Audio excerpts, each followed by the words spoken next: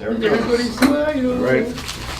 We'll call to order the planning board meeting for June 10th, 2014. Anybody here to speak from the public? No. No. How about minutes from the last meeting? Did everyone have a chance to look at them? Yes. I Yeah. have. I motion to approve the minutes. Second. All in favor? Aye. Opposed? Abstentions? All right.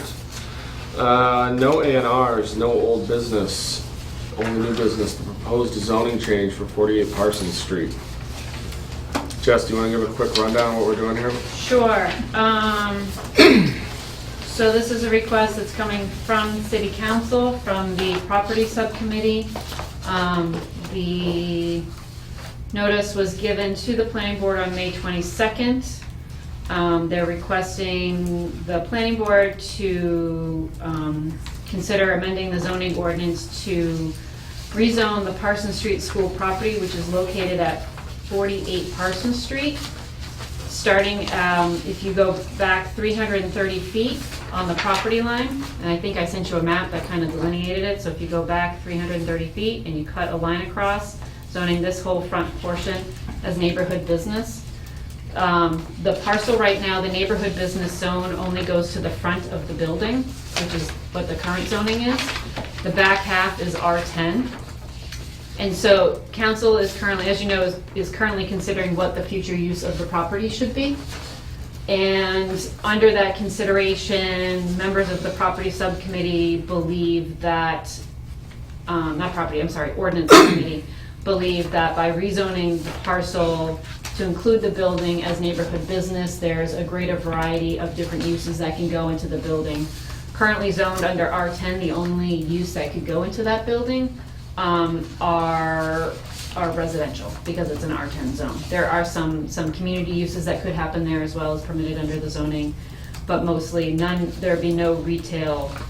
There's very limited retail services that would be permitted. Antique gift shop, bed and breakfast, funeral establishment, membership club are the only uses that would be permitted in a retail professional services sense under R10 district. So the whole lot is going to become neighborhood business, or just No. it's just going to get You bumped go back to back- include the building? This lot line right here is 330 feet.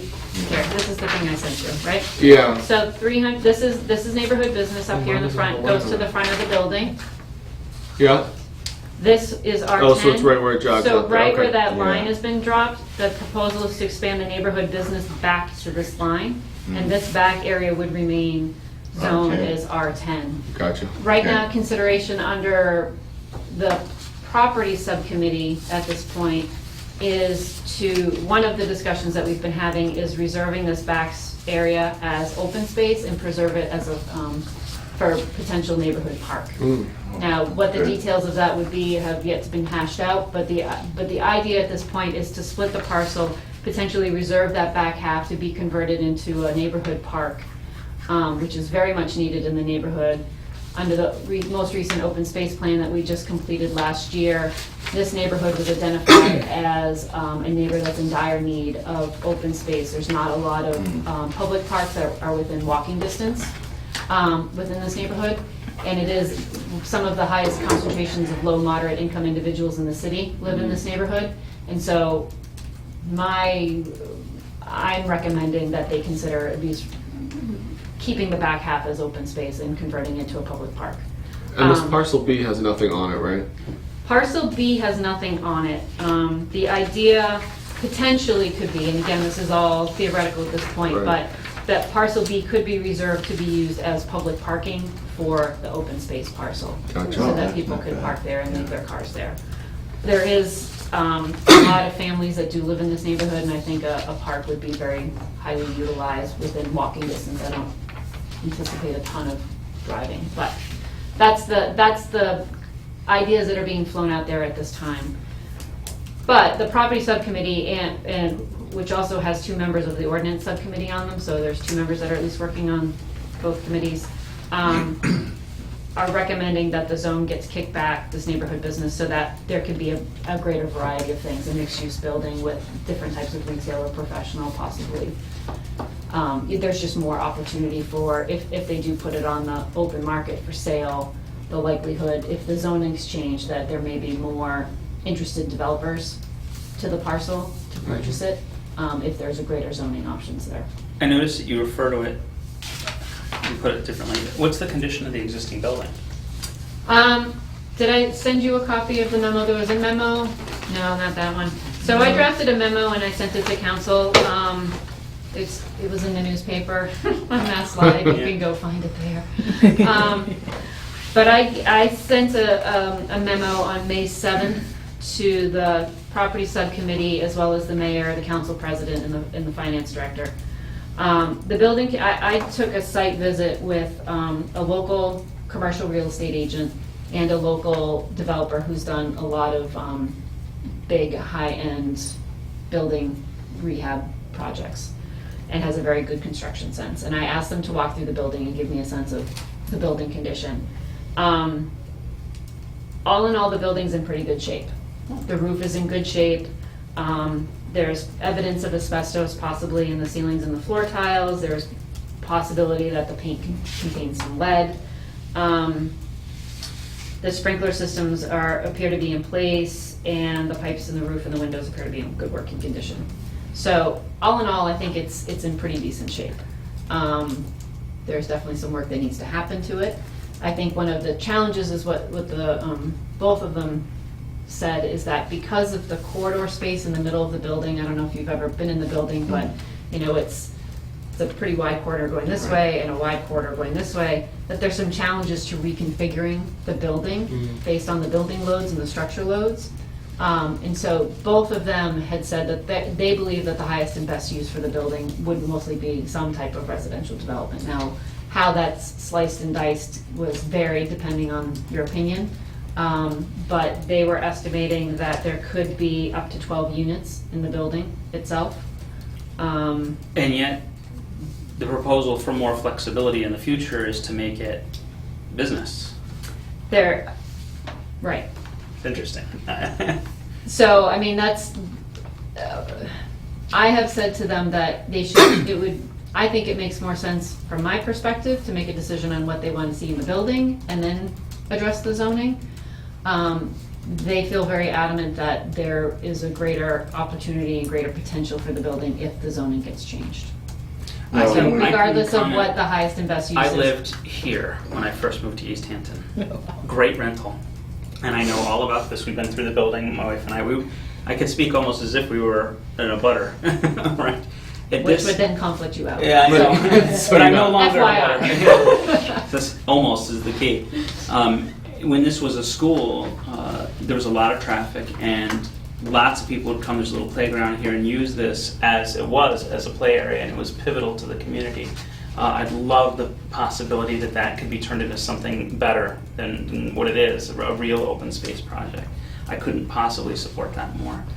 And in terms of business on this area, there used to be down the street further an old bar. Right. There's a repair shop all the way down the street for auto repair. There's a couple little businesses, and I know that while residential, most of the people here, including like there's a liquor store or a grocery, most of the people around the street kind of like these little mom and pop businesses. It makes it close, gives them something they can go to. There's no guarantee that something like that would be there, but my take on it is that as a prior resident in that area, that having that be some kind of business would be a benefit and not a drawback. There's plenty of parking. Well, and they can still do multifamily or something like that Yeah. under the rezone. Right, I mean, I'm happy to share again, you can find this on the Mass Live website. If Yeah. you Google When you Parsons went District. through But- with them, did they give you an opinion as to what can go there, absolute? Would it be apropos to have apartments, or They would it haven't be decided more yet. to business? Because They don't know what they want. unless yet. there's a decision as to what would go there, who would want to come in to say, unless someone just comes in and says, I want to do whatever I want to do to it, make it a business or something. But- Well, the way that it works in the disposition of the property is that we have to go through the public procurement process to dispose the Right. property.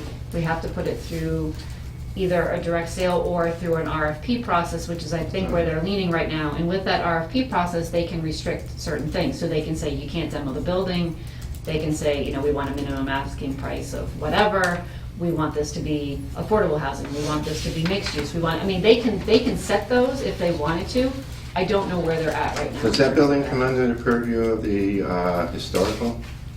It potentially could, but it doesn't have a historic restriction on it right now. It's a historic building, and I think that a developer could potentially go to CPA and ask for monies under the historic just thinking preservation, that but, you know, there's no permanent restriction on it right now. There's a lot of opportunity with the building then.